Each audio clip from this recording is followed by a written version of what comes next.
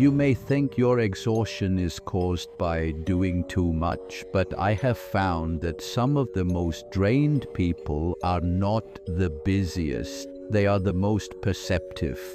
When you walk into a room and feel a subtle tension before a single word is spoken, when you leave a conversation feeling like your energy has been siphoned, when the emotions of others sit inside your body longer than your own, this is not mere fatigue.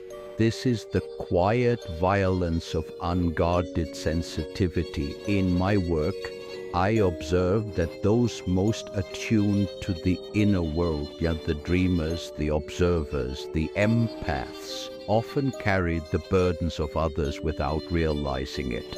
They were absorbing more than they were built to hold, and the world, oblivious to this exchange, kept asking for more.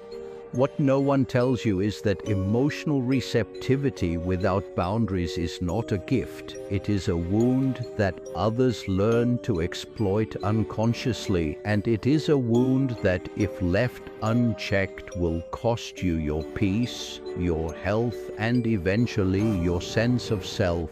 This is the hidden reason so many sensitive individuals walk through life in a state of chronic depletion. And unless you see it clearly and begin to name it, it will never stop. Let me show you where this exhaustion truly begins. In psychology, there is a law as ancient as any spiritual truth. What we refuse to face within ourselves, we project onto others. But what happens when you, the emotionally open one, become the canvas? What happens when others paint their unresolved pain onto you, their envy, their guilt, their dependency, and you, unaware of this transference, begin to carry it as if it were yours? I have watched this dynamic unfold countless times.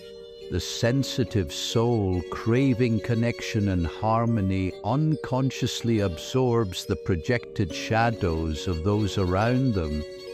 The parent who never resolved their own helplessness leans on their child emotionally. The friend who cannot face their inner chaos seeks a confidant to dump it into, without ever asking if it is welcome. These are not isolated interactions. They are energetic contracts written in silence, and once signed, they bind you.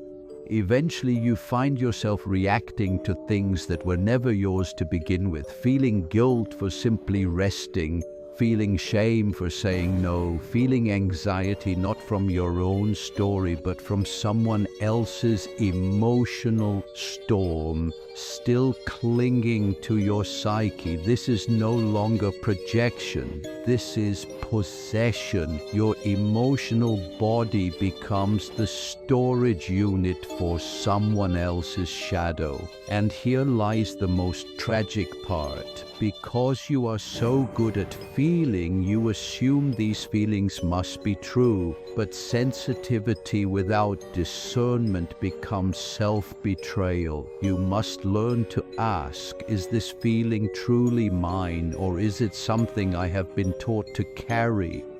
Only when that question becomes a reflex can you begin the sacred work of returning what was never yours. One of the most misunderstood emotions among highly sensitive individuals is guilt. Not the guilt that comes from doing wrong, but the guilt that arises when you simply choose yourself. You say no to a phone call, and the weight of imagined disappointment begins to claw at your insides. You set a boundary, and hours later you're still spinning with self-doubt. Did I hurt them? Did I make them feel unloved? Should I have just let it go? Where does this come from? It originates in childhood, where love was often conditional, where your sensitivity was praised only when it served others and punished when it pointed to your own needs. Many of you were not loved for your being, but for your ability to please.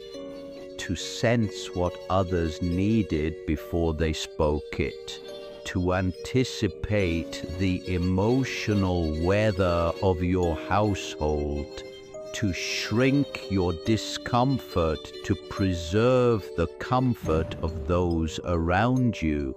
In such environments, choosing yourself felt like betrayal, and that blueprint remains even when you are grown. So now, each time you try to reclaim your time, your energy, your truth, that ancient guilt returns, not because you are doing wrong, but because you are breaking a pattern your nervous system has mistaken for love.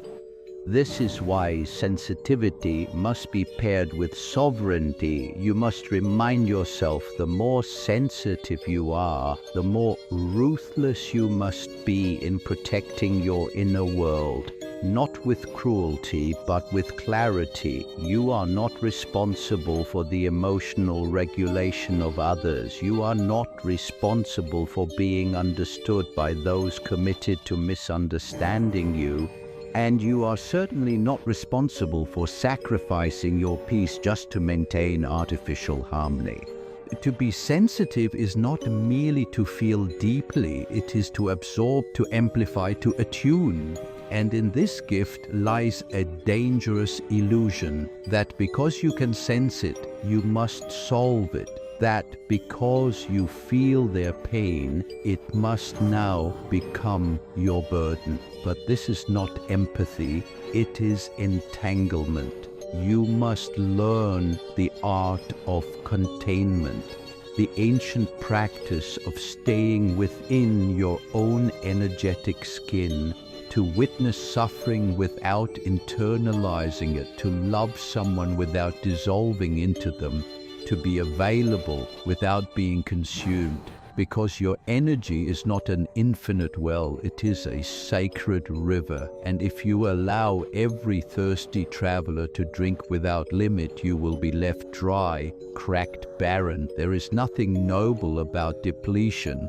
Self-erasure is not compassion, it is avoidance. You avoid the discomfort of being seen as selfish, so you perform care until you are hollow. You avoid the confrontation of saying no, so you say yes while quietly collapsing. But every time you abandon yourself to serve others, you reinforce the lie that your needs are less important. True healing begins when you understand you are not here to be everything for everyone. You are here to be fully, honestly, unapologetically yourself.